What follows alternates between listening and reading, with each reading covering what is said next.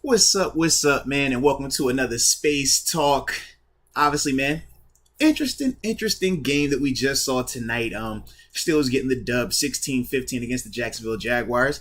And a lot that we're gonna digest, man. So as you already know, the way we like to start this thing off is by letting me know where you are tuning in from so I can give you those big boy shout outs to start this thing out, man. But yes indeed, man. Definitely was a good one tonight, man. Plenty to dissect, man. Plenty to learn from offensively, defensively, and even on special teams, man. Let's get it, man. All right, let's get it going there, man. I got Don P tuning in from the 912. My man Hunter Benovich, Philly in the house. And you know I see you, Leah Warren, all the way tuned up in Colleen, Texas 254. You better believe. Salute. Emiliano Tamariz in Mexico. Shout out to Mexico, man. Major love. And I got the homie Israel Sexton in the building, Detroit 313. And you gotta have Jacob Alessio in the house. What it do, partner? I already know what it is. 919 North Carolina. In the house as always. And I know you researched the way you're supposed to. So shout out to all my Galaxy surfers out there. Love that, man. See, we got a couple more, man. We're gonna shout out real quick. All right. Got Quatavius. All right, shout out to Quatavius Finklia, the 901 Memphis. Okay. Shout out to Memphis. Got Mook 984-479 Fayetteville, Arkansas. Shout out to Fayetteville, by the way, man. Major love for y'all down there. And then I'm going to end it with my man Lifted Ones, because we always lifted. Sacktown, the 916. Now, I definitely appreciate y'all for being here with me tonight, man. This is a good one, man. Let's see how we want to start this out. Quarterbacks, running backs, defense, O-line. Ooh. All right. I guess we'll start nice. We'll start with the quarterback play. Let's talk about those guys first, man. So, obviously you got Mitch Trubisky. He got the start tonight. And in terms of his statistics, 5 for 8, 60 yards. Nothing of relevance in terms of statistical. And obviously he had the sack and things like that. 1 rush for 10 yards. But the thing that I thought, watching Mitch, I thought that he didn't really have a lot of time. The offensive line really struggled, especially early on in the game. I mean, we know that they had a rough night collectively, but early on, I thought they really struggled under Mitch, and it was just really hard for him to get comfortable out there. You saw his athletic ability, though, and I thought that was something that was really impressive by Mitch, man. Obviously, we've talked about his ability to use his legs, his ability to extend plays. But at the same time, we understand that, he's not this, super athlete at quarterback. So at times you kind of forget what he's capable of. But I did think that tonight he did a really good job of showing off some of that elusiveness and just the confidence that he needed to have, because it was not an easy time playing behind that offensive line, especially against that first Jaguars D line. But I also thought that with Mitch, I did like the fact that he had, I know he had one nice throw. The other one I thought should have been completion, but didn't work out for him. I believe that was to Deontay Johnson when he was scrambling, stepping up in the pocket, and obviously Deontay had rolled back up vertical. But as a whole, man, it was just really hard to evaluate Mitch's ability to play quarterback behind that offense line the way that they had, played under him. Obviously, we know the left side. More importantly, Dan Moore, he had a rough one tonight. But Mitch obviously didn't play a ton either. He played right to the middle part of that second quarter. So probably about 3 series total. So like I said, not a lot in terms of moving the needle for him, but I don't think it was all because of him. A lot of that was because of the offensive line. And they also, in terms of the offense, they weren't really able to sustain any type of running game or any type of productivity under him. Then you get Kenny Pickett. Kenny obviously came in and was a productive player tonight. Short amount of time out there, but 6 for 7, 76 yards. Had the touchdown, leading that on the 2-minute drill and things like that. So when we talk about Kenny, man, to me, I thought that he looked really comfortable out there. I thought he was under control of the offense. Obviously, when you're talking about being in a 2-minute situation, I thought that he understood the situation really good. Now, you remember early this week, he got an opportunity to start running with the ones, and it was in this 2-minute drill. And we talked about some of the success that he was having moving the ball, but wasn't able to kind of finish some of those drives off in practices with touchdowns. I thought tonight, though, man, he did a good job of, number one, taking what the defense gave him early on. A couple of those passes, man, they looked like the conservative type, but they were getting the ball moving. They were drive starters in terms of starting that 2-minute offense. And I also like what Matt Canada did with his first play. If you remember, now this is 2 weeks in a row now, the first play for Kenny being a rollout. Last week, he rolled out to the right for that first play of the game where he threw it. I forgot who. I think it was to Miles Boykin on the right side last week. This week, rolls to the left. Obviously, his George Pickens for pretty much the exact same play, just flipped it. So I did like that with Matt Canada, especially understanding how the D-line was attacking this offensive line during that stage of the game. You obviously saw a couple of things with Kenny. You saw them rolling him out, so they kept moving the pocket with him. Also, quick game, getting that ball out fast. And then when you get into that 2-minute offense, you saw the tempo. And I thought that was a huge element to the offense being successful in that portion of the game, because it made that D-line get tired. And when that D-line got tired, it allowed this offensive line to actually give this quarterback some time. And from there, you saw Kenny look very confident. Man, the ability to hit Pat on a couple of those plays, him working with Deontay Johnson, man, that was beautiful. I mean, Deontay, I thought the slant pass was going to go to the crib. And we've seen Deontay do that before. He was in regular season mode and his hands were on 1,000, but we not to him just yet. But sticking with Kenny, man, I just thought that even when they had a little bit of adversity at the end of that drive right in the red zone, remember you had you had the hold-in / offsides, which was a crazy thing. How you going to call offsides and call hold-in on the same play with the same players? It's kind of contradictory, but that's the referees for you. But to see the touchdown pass to Deontay Johnson get called back, and then he comes right back next play, hits Benny Snell to the flat. Benny doing a good job, man, running through the tackle, go ahead and hitting that pylon for a touchdown. As a whole, I just thought that Kenny looked the most confident, and I thought that he played the best. But that was also part of the play calling that took place when Kenny was out there. Now, the situation was 2-minute drill, so that also allowed them to use tempo, and that was something that we didn't see from Mitch, nor did we see from Mason. Now, we don't know if that was by design or if that was one of those things where they had the freedom to do that and they just didn't exercise that.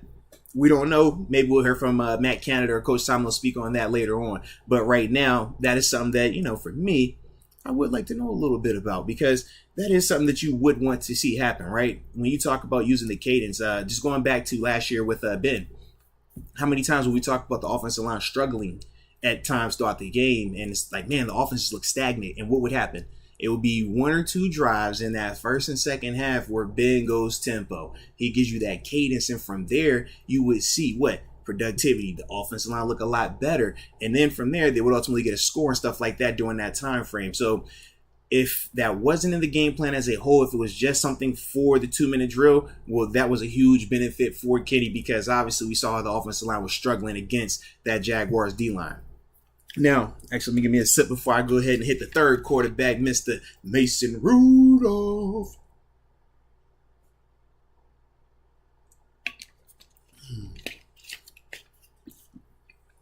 Now, and I see the super chats in here, baby. Salute y'all. Once I finish talking about Mason, then I'll address those supers. Sound good? Like it. All right, so with Mason, started out rough. Started out a little rocky, but it wasn't his fault. And let me say that again. Started out rough, started out rocky, but it was not Mason's fault. If you look at Mason, man, when he first got in that game, the offensive line, once again, and I hate to sound like I'm ripping on them, they just, happen to be the corporates tonight. They did not have the best of nights. And that's collectively. Not like certain individuals did play, okay in certain elements, but as a whole, it just was not good enough for that unit. But talking about Mason here, I thought that for him, man, early on, like I said, man, he was under duress. He was having to show off the athletic ability that he has. Not as athletic as Mitch and Kenny, obviously, but he was still going. He was showing off with everything he had. He was maxed out, so that was good to see. I thought that his confidence looked good as well. Talk about some of the pressure that he was getting put under. Not only was he getting hit by the Jaguar players at times, but obviously his offensive line were getting thrown into him. And then, the on the safety, I mean, it was just an unfortunate thing. But for him, you're damned if you do, you're damned if you don't, right? The guard gets beat in a hurry. For him, he's in the end zone. So you're either going to take the sack, and that's going to be a safety, or you're going to try to throw it. And obviously, Charlie Batch did a really good job for the broadcast, breaking that element down, that dilemma for the quarterback and obviously the wide receiver there. But that's just one of those things, man. Offense line just really didn't protect him in that part of it. And I know people will say, well, if he was more mobile, this and that. But in that situation right there was literally nothing he could do unless it was a designed rollout, a designed sprint, or some type of action like that because of how fast that right guard had got beaten on the play. But after that, the thing that I did like was this, man. I thought that Mason had to weather a lot of adversity. The play calling, I didn't like as much with him. I thought it was a lot more of the conservative play calling that we saw for Kenny Pickett last week. When he first came out there, a lot of stop routes where we're talking, 5, 7, 10 yards, fast as you can, just turn around. A lot of those type of things, not really stretching the field. And I understand partially why, because the protection element. But something that I thought that they could have done, and I did see them do this when Kenny came in the game, they went with the bigger personnel groupings. Multiple tight ends out there. They were using a lot of Pat Frymouth and Zach Gentry to help protect, Dan Moore on that left side at times when they wanted to take some shots downfield. And I thought that was something that they could have continued with Mason, but I didn't see as much of that. But after that, I did think that Mason finished the game extremely well. You talk about being able to capitalize off of a turnover. It's the same situation we saw last week. Last week it was Mark Robinson forces the strip sack. We get the recovery. Kenny goes out there, throws it to Tyler Vaughn. Rest is history. We get a similar scenario this week. Shout out to my JMU Duke, Rondell Carter. He goes over there, forces the pressure. Eric pass. Justin Lane gets the pick, flips the field. Now it's Mason's opportunity to come out there and execute the 2-minute drill, the game-winning drive. Can you execute under pressure? And I thought he did a really good job with that. He went right back to Tyler Vaughn. Tyler Vaughn looked exactly like he did last week, except on the other side. Catches the first pass, I think it was 25 yards, comes back the exact same route, catches it another 20-yarder. I thought that Tyler, man, he did a lot in his little bit of time out there. He obviously had the slant pass that he caught in the red zone as well. Wasn't able to get into the end zone, but I liked the effort on it. I thought that he continued to show some things that might make him, a potential candidate for the practice squad, because we know in terms of when we're talking about that top 5 to 6 guys for the receivers, man, it's heavy. It's a heavy room right there with talent and stuff like that.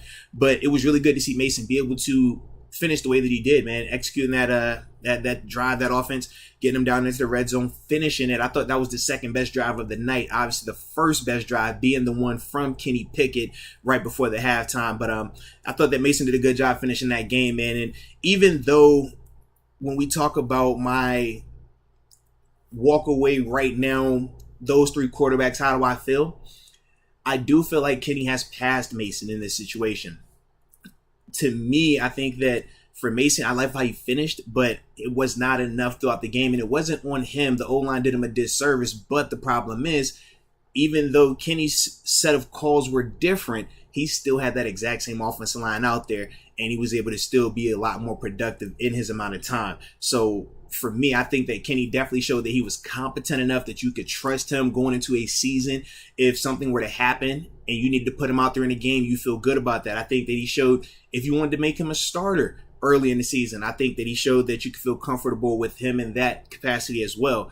And even if you're Coach Tomlin, you want to make this an open competition going into next week between Kenny Pickett and Mitch Trubisky, I think that you don't feel too concerned if he is the starter week 1 because of what he was able to show tonight. Now, for me, in terms of who I still think is QB1, I still roll with Mitch. I think that even in the midst of the adversity that he faced tonight with the D-line, I thought that he was able to weather it under the circumstances. Like I said, not having the hurry-up offense available to him, I think that kind of hurt him in a sense.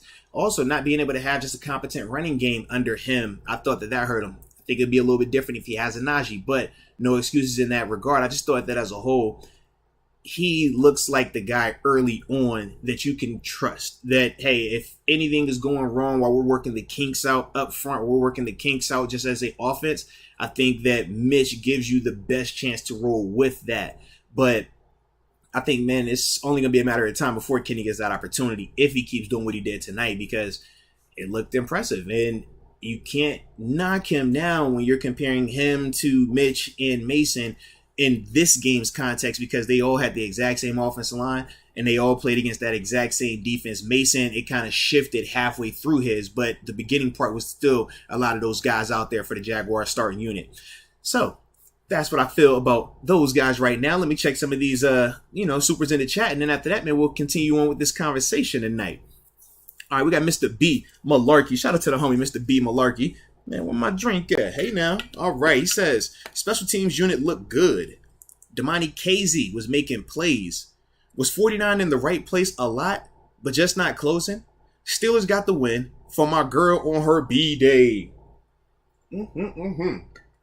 Well, first off, shout out to your lady on her B-Day, man. Shout out to the squad being able to get that dub for her as well, man. Always love to hear that. You need that. You need that, So, with that being said, man, the special teams unit, without a doubt, man, they definitely, were doing their thing tonight. As I think about the return unit specifically, I thought that Anthony McFarland, he definitely stood up, and I thought he had a really nice kickoff return. You talk about Gunnar Olszewski. He was another guy. He had the opening return. Thought that was good, man. You seen the vision, the burst. A lot of the reasons why he was a all-pro return man, why he was in New England the previous season and stuff like that. But then when you talk about the punting, that was the other part for me that really stood out in a major way.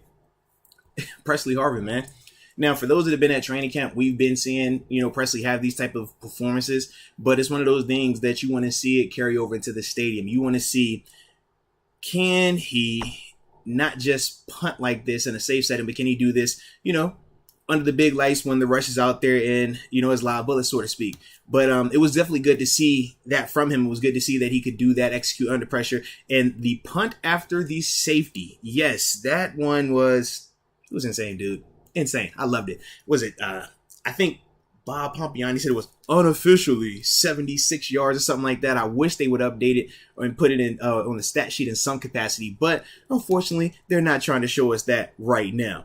But that was definitely impressive by him, man. And when you think about Presley, I want to stick on him for a second, man. Think about what he was able to accomplish, after the adversity that he had last year and stuff like that, the performance that he had.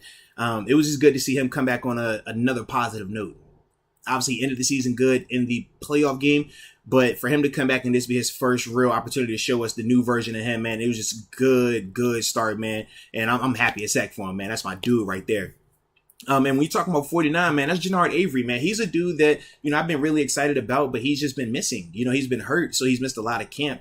And remember, when we signed him from Philadelphia, we were hoping that he could have this type of impact, that he could potentially be that third edge rusher. So to me, when we talk about him not closing, I don't think it was not closing. I think what you're talking about on some of the scrambles, and on some of those scrambles, it was him losing contain. And I'll get to him in a little while, but it was more so when he rushes, man, I love his explosiveness. I love his hand violence, his leverage that he plays with.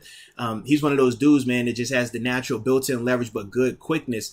And at the same time, he has to be a little bit more disciplined with his rushes. He likes to go inside, which is fine. But when you're taking these hard, aggressive inside rushes, you have to communicate with your D-line to let him know, hey, man, I'm going inside. Be ready to cover me. Be ready to come out there and contain this rush for me. And that's something that I'm sure Carl Dunbar, the D-line coach, is going to be looking at and going to critique him and ultimately coach him up on, as well as the outside linebackers, because for him, I think that he could be that potential third rusher. I liked what he did tonight, not just as a pass rusher, but also in the ring. I thought he had heavy hands, and he was just an active guy constantly around the ball. I think that, he's that third guy if he can stay healthy. But like I said, I thought tonight he definitely did a good job in just kind of putting his foot in the right position of being that third rusher, surpassing a Derek Tuska, who obviously we've known, because he was on the roster last year. But to me, I just think that Jannard really showed a lot more flash and just potential as that third rusher. All right, we got Twan Levance. What's up, Twan Levance? Salute you, my brother. Good to see you in here tonight. Says Moats, what up, my boy? Kenny Pickett out there looking real nice, putting that ball in the end zone with all of the penalties they were facing. No, without a doubt, man. Kenny really, I thought he looked mature out there tonight. I thought that he took that next step in when you're talking about evaluating, when you're talking about his progression. All right. What do you look like when you're with the threes? That's what it was last week. Now, what do you look like when you're out there with the two offense? Well, it just so happened there was that two offense versus that Jaguar starting defense. And that was the part that was super impressive to me, because once again, we can talk about the play call and we can talk about the up tempo and that being able to help him, candidate calling some specific plays for him. And I get that. But at the same time, he still had to go out there and execute. He still had to go out there and make it look like that. And you also, I hate to say it, but you could feel the energy when he came out there. I mean, we watching the game and it's like, man, when Mitch was out there and the offense was looking like how it was looking, it was just like, man, we're feeling stagnant. It's not the same. Kenny comes out there, you start getting a little, okay, are we alive tonight? So, you know, that it factor thing that we talk about is continuing to show now. It's 2 weeks in a row. So we'll see, man. He definitely did a good job tonight, though, man. I was really impressed. Cal Monier, what up, baby? He says Mark Robinson looking tough. That hit stick. Whew. Oh, God. Yes, indeed. I thought Mark Robinson played extremely well tonight. I thought he flew around. I thought he looked just more comfortable. He looked like this is his second preseason game. The communication between him and Buddy Johnson was a lot better. I thought that also when you talk about Mark Robinson in coverage, it looked good. But when you talk about him against the run, I love the physicality. I loved his energy. And as a pass rusher, when they were blitzing him inside or off the edge, he was showing that he could beat it back. He could ultimately keep that air, cut that air out of it and keep it tight when he's blitzing as the free rusher. Some of those things, man, that was really impressive to see. I definitely thought in terms of the hierarchy of that linebacker position group, I think that he has moved. I think that he's a little bit in front of Buddy Johnson, if it's my personal opinion. I think he's a little bit more rangy and athletic in contrast to Buddy Johnson, who was more of that thumper. And I still thought that Buddy played well tonight also and had a nice tackle on kickoff, man, on that the punt after the safety. He had the nice tackle on that. But to me, I definitely thought that Mark Robinson put together a really, really good game. And it was a huge step up from what he did last week. And even though last week it wasn't terrible, it was just that first game. Looked tired. The communication wasn't the best. You know, sometimes you get that deer in the headlights look. I thought this week, man, he definitely looked just more relaxed, more like himself out there, man. All right, AJ Martinez, what up, baby? Says Moats, good Saturday. Salute you. Your thoughts on Mason? Can they cut ties? Oh, can they cut Tata's 10 and start Mason on a short leash with 8 kicking back on the call? Whew, man, all right, you trying to go there with me tonight. All right, well, let me take a sip before we talk about that then. Appreciate everybody that's here tonight, man. If y'all have not liked this stream just yet, man, make sure y'all like that thing. And for all the folks that, you know, aren't subscribed, make sure you subscribe and that notification bell, because you don't want to miss these. This is going to happen after every single game this year, man. Hit that notification bell so y'all will get notified every time this goes down. All right. But my thoughts on Mason. I talked about it a little bit earlier. To me, man, I feel like, unfortunately, Mason's the odd man out. I know how he finished the game was really impressive. I know that was the bright spot, and it made us all feel good, especially like watching it end like that, because it was getting abysmal at times. Man, I was like, yo, I don't want to watch this. I don't want to watch this. But it was good how they finished. I just don't know if Mason did enough when it was against that starting defensive line that was still out there. When you talk about Josh Allen and Trevon Walker, when those guys were still out there, Mason still wasn't as productive. Now, like I said, I know the offensive line has to get better, but when his productivity came, it was literally at the end when we talking about a shift in talent. And that was the part where, if I'm gonna be honest with myself, we criticized Kenny Pickett for that last week, right? We said, hey, that was like college players out there. So even though Mason did look good in that moment right there, it's not the same. Now, it wasn't as bad in the talent, but it was definitely a drop off. It was clear in that distinction. Now, when you're talking about Mitch, to me personally, I still think Mitch is the safest option. I think Kenny is the option with the most upside right now, but to me, it's still a little bit of a wild card just because he's a rookie, he's young, and these are still very, very small sample sizes. What does it look like if Kenny is starting out there and he doesn't have that 2-minute hurry up offense allotted to him? What does it look like if, he was out there with that unit with with Mason, where, the O-line was really getting beat up bad at times? Those are some of the questions that we have. that's the part when you're talking about evaluating him and trusting him. We see some of the things that make him potentially special. But the concern is, if he goes out there full game sample size, what does that look like? Now, when you talk about Mitch Trubisky, you just feel a little bit more confident at the fact that we've seen him do this before at this level. Former Pro Bowl quarterback. Obviously, he's looked the most comfortable and the most confident and the most QB1 ready throughout this evaluation from OTAs to where we currently are. But to me, I think that at times you can see where Mitch kind of feels limited. I thought tonight at times you could feel a little bit of his limitations, and that was the part where it was like you want to see more. But the way that they've been handling his reps, they weren't going to give him any more. So to me, I think that they're going to roll with Mitch going into the opener, because I don't know how much they're going to play these guys in this third game. We'll find that out obviously later on. If they treat this last game as the pseudo fourth preseason game, then we're not going to see a lot of these dudes in terms of Mitch Trubisky. So I think that they go ahead and he's that QB1 to start it. But I expect Kenny to keep pushing him, because Kenny definitely has shown some stuff in these first two games that make him legitimately in that conversation in my eyes. All right, let's go, UW. Shout out to your boy Chad Boom out there, man. I thought he had the pick. The toe tap. I probably was the only person in Pittsburgh like, yo, Chad, get that. And I was like, oh, that's right. No, we're not cheering for that. But it was because of you. Let's go, UW. So I just want to throw that out there. Shout out to the homie, though.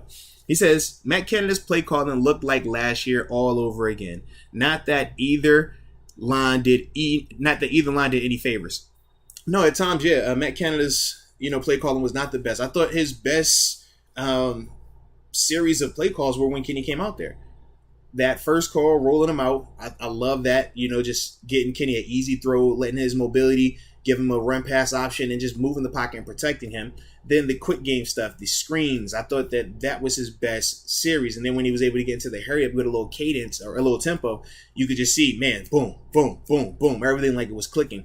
So in that vein, that was the best I had saw from Matt Canada. Then I'll probably say that last drive with Mason. But once again, when we're talking about that last drive with Mason, two of those plays were, Tyler Vaughn just doing something nice, The one obviously making a guy miss against some yak, and then just hitting him with the exact same play back to back. So Canada, I definitely thought that he could have done better with his adjustments. I thought his best set of adjustments were with Kenny. But other than that, he's got to get better. It's got to get better. But I'm hoping that was a part of this whole play calling evaluation thing as well, man. All right, so now we got Sequoia Harris. What up, Sequoia? Shout out to you, baby. He says O-line looked Dan Moore. Oh, O-line looked. I'm assuming he's saying O-line looked sloppy, and he's like Dan Moore. Oh my God, he was, I guess, the worst. Then he says D-line was okay, sloppy game, but I'll take the W, or I'll take the win. Yes, indeed. Yeah, Dan Moore, man, he definitely had a rough night tonight. Talk about Josh Allen, talk about Javon Walker. I mean, them dudes, that's what we talked about on the podcast. We say, they got some nice rushes over there, and it will be a good test to see how Chooks and how Dan stand up against those type of dudes. As a whole, I thought the Jaguars D-line kicked our offensive line's butt from start to finish with that starting unit, whether it was interior pressure, outside pressure. You saw how, at times James Daniels was getting beat, and I think that he's our best offensive lineman, but he was struggling. Dan Moore struggled. Kendrick Green struggled. We didn't see a lot of him. I got to see if he got hurt. I'm not sure. He might have, though, because, like I said, after that first series and a half, they switched him out. Kevin Dotson comes in, and Dotson played pretty much the whole time until they switched that whole line out in the fourth. Yeah, but as a whole, man, dudes got to be better. Got to be a lot better, man. And with the D-line, you said they were sloppy. Well, no, you said the D-line was okay, but it was a sloppy game as a whole. Yeah, I thought the D-line, man, I thought that you could feel when the healthy guys were out there. I thought that I could feel Larry Ogunjobi's presence. I thought I could feel Tyson Alualu out there. I also like when the young boys were out there. DeMarvin Leal, he was very productive tonight, ran around, chased the ball, love his effort on the screenplay. I think he got his first sack tonight too, man, so salute him on that. But I thought that he looked really good against the run as well. He was a lot more physical, just playing with his size, playing with his hands behind his pads. I also like the little man, Henry Mondu. I know it wasn't the best because he's a smaller guy. He does give up movement. But, man, this dude plays so freaking hard, man. I always enjoy his effort. He had the batted pass tonight, him and Tyson as well. I definitely like that with Henry, man. But, he a little dude. He a little dude. But I just like his effort. I don't know why, so I had to salute him right there for that, man. All right. G. Alexander, Wagwan, what it do? Says Moats. All right. Mitch showed why we got him, and he can ball even when the O-line is not. Kenny's steady on the upward trajectory. Mason shows he can't play off script, and I think he is definitely third. All right, so let's work. Yeah, man. Mason definitely struggled to do some of the off-script stuff, but I don't put all of that on him. That offensive line did him a disservice tonight. That's tough to play behind. Period. It's tough to play behind. So, but with that though, man, I do think that he's the third guy in this running right now because Kenny, once again, man, Kenny just did what he did, looked confident, had that it factor, made those plays, and got the touchdown at a time where we didn't have any type of momentum going for us on offense. And then when you talk about Mitch, yeah, man, I think that he's the most confident. He's the safe pick. He's definitely the safe pick. So we will see how that thing goes with him though, man. All right, Quan Black. What it up, Quan Black? What up? All honesty, the Jags made us look bad. Yes, at times the Jags definitely had our number, offensively and defensively. And I have not talked about the defense yet, so let me holler at them real quick. For the defense, man, shout out to TJ Watt, the defensive player of the year, reigning, defending. Yeah, he that guy. You obviously saw him go out there and get the sack, look the part, get him in, get him out. I don't need to see anything else from him. He is that man still. Miles Jack was on one. You can see how hyped my brother was right there.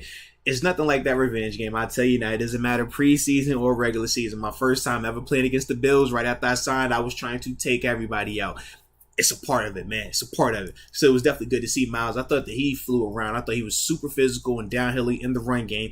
And I liked him in coverage as well, man. Was just sticky out there. He had a nice play when he was in coverage on Christian Kirk. Shout out to him, man. But yeah, had a nice coverage tackle on him. Manned up and stuff like that on the backside of a pressure, if I remember correctly. But no, really good job by Miles tonight. Let me think who else was standing out to me on defense.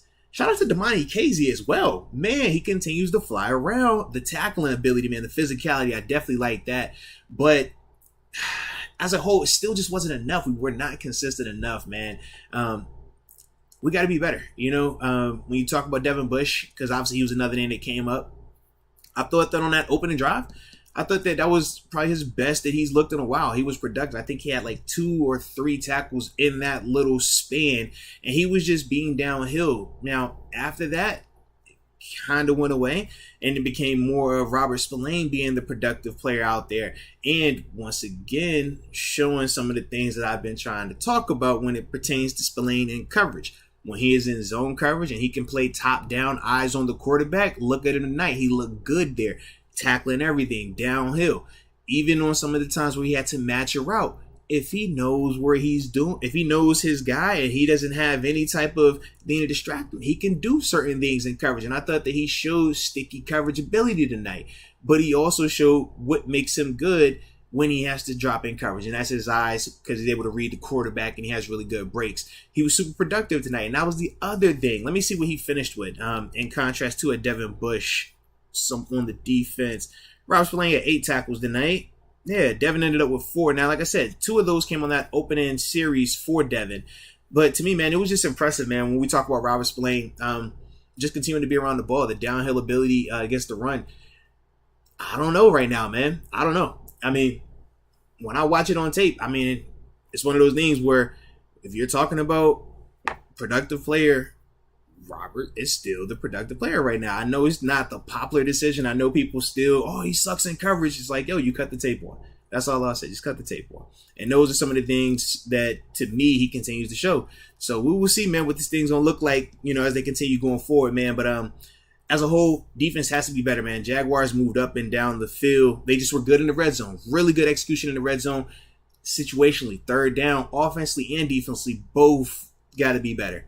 But that red zone defense definitely stepped up, and that was a theme for the night. So if we had to hang our hat on something positive, that would be it. All right, got S. Dresden. What up, S. Dresden? Kenny, natural leader and force multiplier, QB1. He definitely looked like that tonight, man. He definitely did. Super small sample size, though, once again. That's my only concern.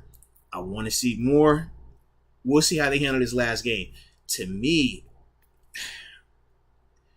man, I can see Coach T handling a couple of ways. I can see him going out there playing Mitch as the starter, a series, get him out, and then Kenny goes out there, gets the lion's share. And then after that, a split between split between Mason and Chris. I could see him handling like that. I could also see them sitting Mitch and allowing Kenny to get that full first team evaluation, play the first half, so you get that longer, extended look at him. Even though you already are planning on Mitch being your QB1 week 1, this gives you that chance to get that full window of Kenny out there with that top unit. So that's another way I can see him handling it. But either way, man, I'm going to keep my eyes on that, man, because that's going to be an interesting one, man. All right. We also got G. Alexander spinning the block on us, man. He says, spinning the block. You better believe it. Missed big Cam to help stop the run. D-line finally settled it down. Justin Lane, no vision, run straight, stay outside, touchdown. Nah, shout out to Justin Lane, though, man. The fact that he was able to go out there and get an interception tonight, I definitely like that. He needed a play. You talk about him. He's one of those guys that has been here for a while. He really hasn't lived up to the expectations, but it was good to see him at least have a play. But, yeah, his run after, got to work on that. 100% got to work on that. Cam Hayward, yeah, man. Obviously, it was more of a precaution thing. He went down in practice, was that Thursday, right at the beginning of it. So, more of a safety thing, man, just taking care of him, keeping him out the way, because we need him more so in the regular season than any of this preseason stuff. That is for a fact when you're talking about him, man. So, to me, man, when he comes back, that combination of Cam, Tyson, Larry Ogunjobi, I like that a lot. Chris Wormley as well. He's another guy that I continue to like, man. When you talk about the consistency in his game, it shows up every single week. So big time shout out to him for that. Next up with Let's Go UW, he says, PH6 back to blasting the ball. Oh, absolutely. He looked like that guy. He looked like the reason. He looked like the guy that we drafted coming out of Georgia Tech, the Ray Guy Award winner. Absolutely. Shout out to the homie, man. All right. Got Mike Brooks. Shout out to Mike Brooks. And like I said, shout out to everybody that's in here right now, man. Everybody that's been liking this stream, man. We definitely appreciate that, man. All love, all love. But Mike Brooks says, Bush was solid tonight. Pickett got a glow to him. I would agree, man. Kenny definitely had that little glow going on, man. Little Bruce Leroy. I liked it, though. So we'll see, man. But no, as a whole, man, we were talking about Bush tonight, his performance. Yeah, it was good enough, man. It looked competent, and that's what you want to see. Especially on that first drive, man. I thought that he was playing with a lot of speed, a lot of passion, just being downhill. If he plays like that more often, then we're not having these type of conversations. But at the end, I will say, now we'll obviously look at, because Robert Slayton played, I feel like he played more. I feel like he played a little bit more than Devin, but they both were out there for a good amount of time. Because even when they took Devin out and they rotated Spillane in there next to Miles Jack, then they rotated Miles Jack out and brought Devin Bush back out there. So I got to see the snap totals. But Robert Slayton was definitely the more productive player, and that also matters. And that's part of this issue when you're talking about 2 weeks of performances. One player has been a lot more productive over 2 games than the other player. So that's the part where, like I said, for Devin, man, he just got to continue on with what he did tonight and just keep that productivity going in the right direction. Mike Brooks also said, remember what Tomlin said about Ben when everything gets tight. That doesn't apply to Rudolph. No, fair enough, man. But Ben is a Hall of Famer, so it's not really fair to compare him to him. Just say. All right, Derek Nelson. Now, Derek said, chemistry, confidence, tempo, and etc. Felt so much better with Kenny Pickett in the game, then fell apart again with Mason like it did with Mitch. I want to see Kenny start. Nah, man. And when you're talking about it in that context, sure. But you also have to remember the other context is the style of plays and the timing of those things.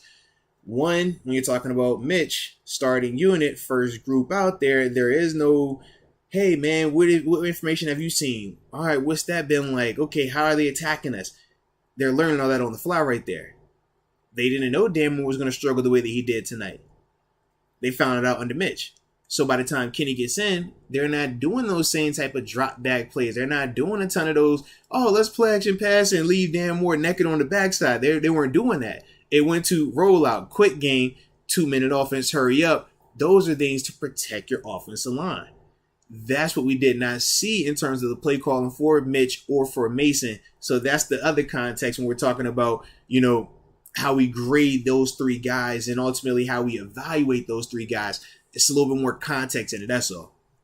All right. Mike Brooks also said, Mitch was solid. Y'all stop. Ain't got no glow, though. Yeah, his glow on, right? He had a little soul glow. Yeah, that's a soul. Oh. He had that going on. He ain't had the other glow, though. All right. What's up with the homie? Where are you at? Holy cow. Man, y'all out here tonight, man. Appreciate each and every one of y'all. Y'all are in here, man. Let's get it. Anthony Sixto said that, salute. Our secondary depth looks very promising. How much can we take away from what we are seeing? KZ, speed, and attack has stood out both games. Yeah, his in terms of Damani Casey, yeah, his speed, his ability to get to the ball, he flew around, he flashed on multiple occasions tonight. Big time, was impressed with him. And also him in coverage as well. Man, he had a nice play in the red zone, if I remember correctly. But, when you talk about our secondary, I think you could take away a lot in terms of feeling good about the depth. I definitely like what Cam Sutton was able to do again tonight. Thought he should have had that pick too, man. That was a good drop by him in that cover 3 buzz defender. But in terms of how much can we take away from what we were seeing, like I said, I think you should feel good about certain elements of that coverage part. I thought the rush for that second unit was a little bit better, but it was more when we got down to that third outside linebacker group. I thought that those guys were able to win a little bit more. I know with that second unit at times, if it wasn't Jannard Avery getting pressure, then they were blitzing. It was a lot more of that. And that was also shown, anytime TJ Watt isn't out there, you do have to generate that pressure a little bit more in that way versus the organic way of Cam Hayward and TJ Watt beating their guys and doing what they do. So that was a little bit different for them. And I thought that kind of put those DBs in some situations where they had to, be on an island, so to speak. And at times it wasn't the best, but I also thought that at times they definitely competed out there. And as a whole, I think they'll be all right.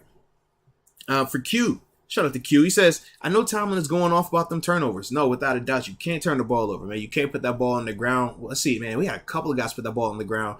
You just can't do it. Gunnar Olszewski, he was the one that stood out to me the most, obviously, on that jet sweep 4th down. I did not like that play. And then it was like, oh, I think I like this play. Because you see Gunnar making a guy miss, but then he puts the ball on the ground. You just can't do that, man. You got to protect the ball. That is one of Coach Tomlin's biggest pet peeves. Twan Levance says, agreed. O-line looked better with Kenny Pickett out there. Now, they did, man. They definitely did, man. Mike Brooks, light your packs and like the video. Hey, man, that's something I can get behind, baby. If you ain't researched already, if you're not currently researching, what are you doing? Unless you're preparing to research, a little bit later, because the string we are about to get up out of here in a little bit. But, that might be the situation. But whatever you do, y'all stay safe, though. Believe that. All right. Kenrick. He says, Kenny should start next year with the better O-line. I can see that. I don't know if they're going to be able to keep Kenny off that field for a whole season, though. That's my only thing, man. He's starting to move that needle. Every test you're giving him, he's, all right, I could do that too. Oh, I could do that too. So we're going to see with that, man. But I do like your thought process. I just don't know if that's going to be able to work out this year, just the way, some of the things that he's been doing. Bart Basquiat, what it do? That's how I feel. Moats, that cotton mouth. Now, I understand that, but you better get you some drinks. You see, I stay with some water. Let me get some more of that. Matter of fact, let me take another sip. That's a, my pain. Shout out to you. Ooh, official momentum. I see you in the building. What it do? Says Moats, what's good, man? Hell of a game. Nah, dude, it was, man. It was a good one, man. For us to be able to find a way to win that, man, with the adversity, with all that, salute us, man, because you could never get enough winning. I will always say that, man. You always got to get those wins whenever you can, man. You need them. Makes you feel good. Let's go, UW. Y'all see that fight between Jacksonville fans and a Steeler fan in an 8 jersey? Imagine fighting over a preseason game. Yeah, man, you can't be fighting over no preseason game. And just in general, we don't ever need to be fighting over no football games because it's a sport, ladies and gentlemen. It is a game. It should never be that serious, all right? to where we want to put our hands on somebody else. We can we feel it, we cry, but you ain't got to put your hands on people, all right? Always remember that part, man. Official Momentum, he says, Moats, good to see you, brother. Steelers with the flame emojis. No, they definitely were on one, man, especially that finish, man, but we got to be more consistent. Man, offensively and defensively. Because that Jags team, I think that Jags team is going to be a good team this season. They're going to definitely surprise some people, man. Doug Peterson has those guys coached up really well down there, and they're very talented offensively and defensively. But they're still young. But to me, I thought that was a good test for us to see just how we could respond. How did we handle how could we handle a team that is they actually have good players? Like, to me, Seattle, I didn't feel like Seattle's roster was enough to threaten our roster. So when you talk about how we looked in that game, we always we had the better players out there. I thought in this Jags game it was going to be a little bit different because they have some guys over there where we're like, man, they could come and start here. If we were playing starter for starter, they would have, they'd have their fair share, and that's different. We weren't talking about that with Seattle, but this week it was a little bit like that. So it was good to see, how we responded and ultimately how we were able to win that, though. All right. Next up, we had, oh no, where'd you go? Oh, Mike Lang. I see you, Mike Lang. Says, Moats, I need to call in on this take. Hey, man, tomorrow on the podcast, that's when the phone line's open for those type of takes, baby. I got you, though. He says, starting run took a step forward with the better D-line. I think he said stopping the run took a step forward with the better D-line. Outside linebacker depth scares me. He says secondary looked like we are terrified to get beat deep. Gave up a lot of 15 to 20-yard passes. I do agree with you on that. That was one of my notes, actually. I was saying that to me, I was like, man, I felt like we played a lot of zone, like traditional zone, soft coverage where we're just allowing stuff to get caught in front of us to tackle the catch. I'm not a fan of that. I understand at times if you're going through that process of, man, do I want to have these corners out here matched up and some man concepts and potentially taking the threat of them getting beat deep?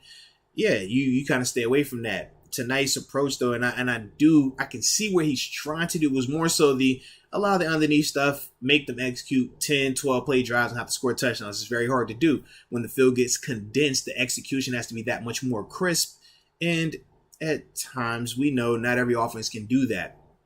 So when we're talking about, the style of coverages that we were playing, I think that it would have been fine if we were just a little bit tighter underneath. I just don't like that, just allowing these dudes to just catch it and move up the field like that, man, because they were also getting in field goal position. They were able to get points in some of those elements also, man. So for me, man, I'm not a fan of that part. Outside linebacker depth, yeah, man. Jannard Avery, to me, I think that he's that third guy right now. Derek Tusk is the fourth guy. I think Derek, you can still get away with him. I just don't like him as that third guy. And it's one of those situations where if you're talking about TJ or Alex, they go down, Jannard comes in. Jannard, I think he can still be fine. He gets it done. It's a drop off from him to from Alex Highsmith to him. Yes. But if you're talking about a scenario where I got to have a Jannard and a Tuska in the rotation together with just a TJ or just a Highsmith, that's where I'm like, I don't know how good I feel about that part.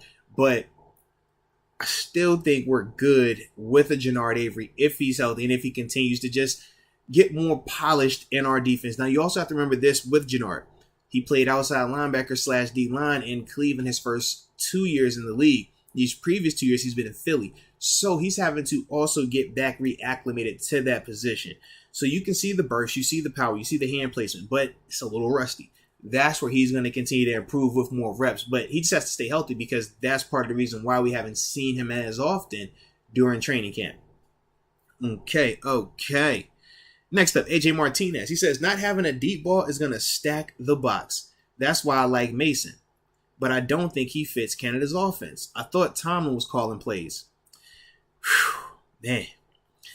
Yeah, we actually did not stretch the field as much. No, excuse me on that. I know Chase. Chase had the nice catch. Went up top, obviously, when they got him. Was it, I forgot, how far was that catch that he had? Let's see, Mr. Chase Claypool. How far was that catch? The 29-yard. There we go. Yeah, so that part, that was definitely a decent one. But we didn't get a lot more of that. George Pickens, obviously, he wasn't able to do anything, taking the top off of defense, stuff like that.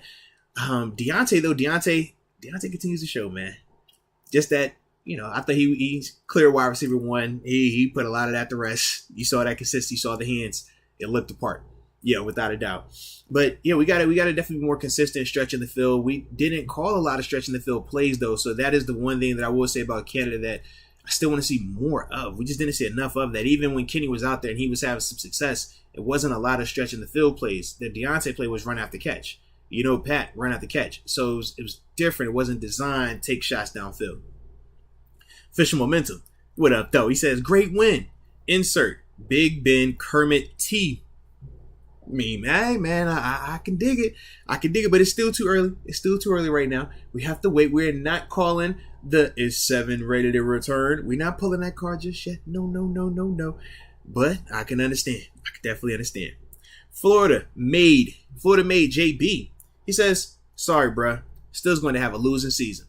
Well, I mean, I can understand, potentially being not as optimistic, especially when you saw how our offensive line wasn't able to protect. You saw how our defensive line at times was allowing, or not defensive line, but our defense as a whole was allowing a lot of yardage to Trevor Lawrence, to that offense, Travis Etienne. It was good to see them dudes. I ain't gonna lie, man. I'm slightly a fan of that combo right there, bro. I just am. It dates back to the Clemson stuff. But I don't think that it's a losing season. I don't think that it's something to be, oh my God, man, the sky's falling. I just think that this is a glimpse of, if our play calling isn't what it needs to be, if this offensive line isn't as good as they need to be, yeah, we can have some issues. But you also have to remember there was no Najee Harris out there. Najee, at times, man, we know he changes some stuff in certain elements, man. But this is a good Jaguars defense, especially that D-line. I don't care what anyone says about what their record has been. That D-line, man, is going to be really good this year, man.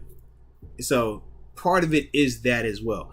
So, like I said, don't lose it just yet. Don't lose it. We're still going to be all right.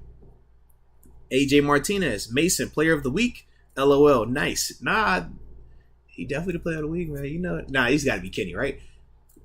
I'm saying, do you go with the excitement of the Kenny Pickett and what he did right before the half? Or the end of the game dramatics? Mason Rudolph leading one, winning one for the Gipper.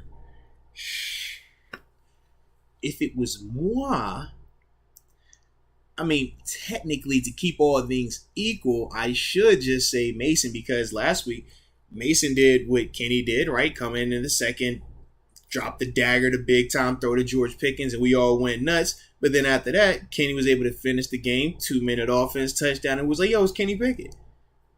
Technically, Mason did the same thing. Technically. I'm going to go Kenny just because I thought it was more impressive what he did during that time in the game and the adversity that he had. But I can understand if it is Mason, man, because he technically did do the finish, man. But y'all let me know how y'all feel. Official momentum, Moats. We got a special team, man. Hashtag 7th title. Now, we definitely, man, our special teams look good tonight. I don't know what was going on with Boz with that kicking situation. I know he missed the first one, the 43-yarder, and then the extra point was super janky. I don't know if it was like operation in terms of the hold and stuff like that. We'll obviously see, or we'll hopefully get some type of communication with that. Or hopefully it just disappear and it'll go back to being right down the center. But yeah, outside of that, everything else looked top notch, man. The coverage units look good. Ball placement looked good. Like I said, man, Preston Harvin, to me, man, he stole the show with his punt tonight. So to me, man, I thought definitely the special teams did their thing, man. All right, Jermaine. What up, Jermaine? He says, why the O-line look better with Kenny Pickett, Moats? So I talked about this a little bit earlier, but just to rehash it. Tempo.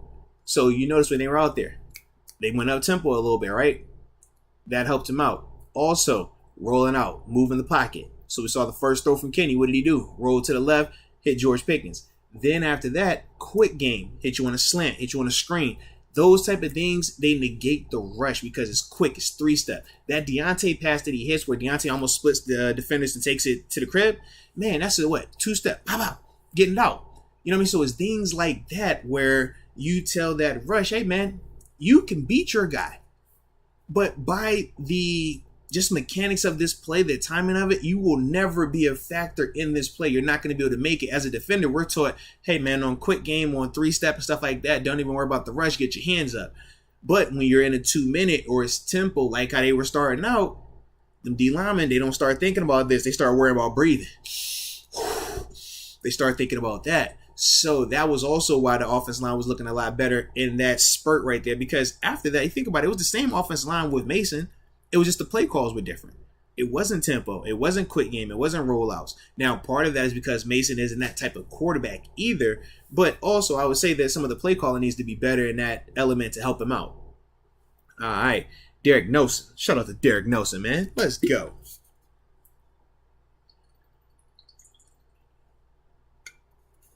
All right. Derek Nelson says Kenny Pickett was out there with the same O-line as Mitch at first. Was mad he didn't get more drives. In tempo, offensive line cadence, tempo, offensive line confidence, etc. looked better in the last two games with Kenny Pickett. When Kenny Pickett was in the game. Everyone played harder with Kenny Pickett. No, I mean, he definitely showed that, that moxie, that it factor that people like to say and stuff like that. Yeah, and I'm with you, man. I want to see more. Because in that context, everything, it looked good. What does it look like if it wasn't going to be in that 2 minute coming out that half? That's what I really wanted to see. But, it's one of those things, man, where he can only do, he can only do what is given to him in that amount of time. And I thought that he made the most of that situation. And this is 2 weeks in a row that he's done that. So we'll see how they play him this third game. I think he's going to definitely get a good extended opportunity, though, to show what he could do with the top unit. Official moments of who gets cut. Hashtag be prepared. Hashtag my stories. Nah, man. In terms of who gets cut, man, I don't do all that now. But I'll say guys that definitely need to help themselves going into this last game, if they get those opportunities. I say Mateo Durant, definitely he's going to have to do something special in practice this week and in the game next week, man, because he hasn't done enough thus far. He put the ball on the ground, picked it right back up, so it was pretty cool. But just to me, man, he got to be better. He has to be better. He had the bad blitz pickup last week and just didn't do enough this week, man, in the game. Let me think, man. Who else is another guy I think just needs to be got to be more productive.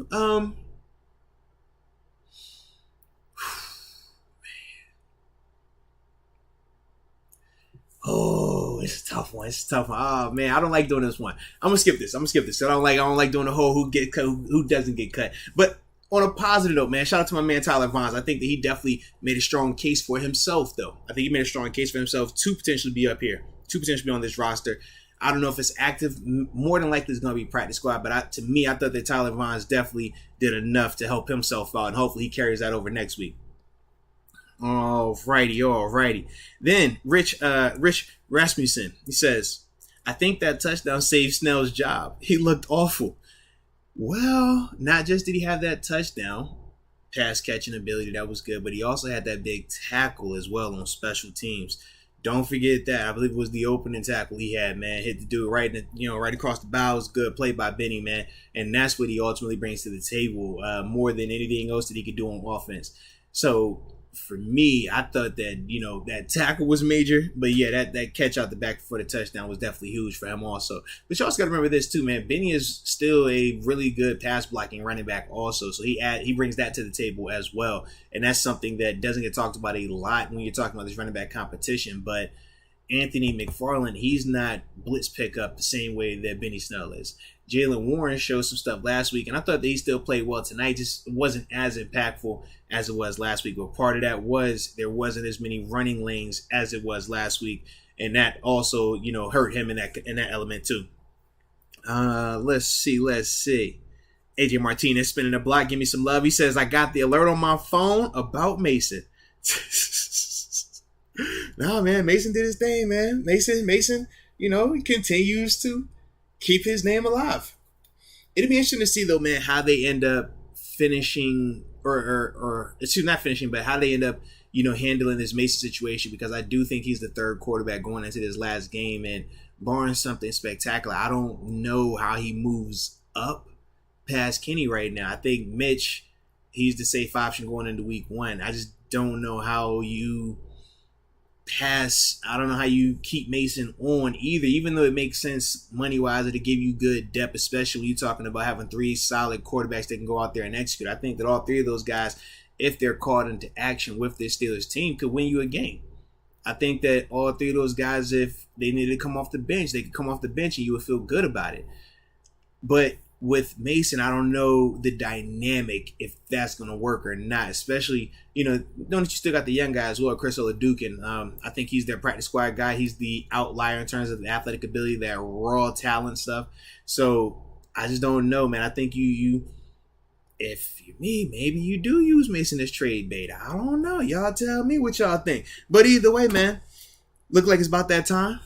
Definitely appreciate each and every one of y'all, man, for tuning in tonight, man. Like I said, we're going to keep these things rolling after every game during the season. And also, man, for all my upper room members, not during the preseason, but when the regular season hits, I'll also have an exclusive extra Q&A just for the members only once the regular season hits. So for all my upper room members, man, y'all remember that. I'll make sure I remind y'all of that, when the season gets here. But, man, I appreciate each and every one of y'all for rocking with me tonight. Like I said, make sure y'all like this, subscribe to this, notify it, and all that other good stuff. Appreciate you. Until next time. Peace.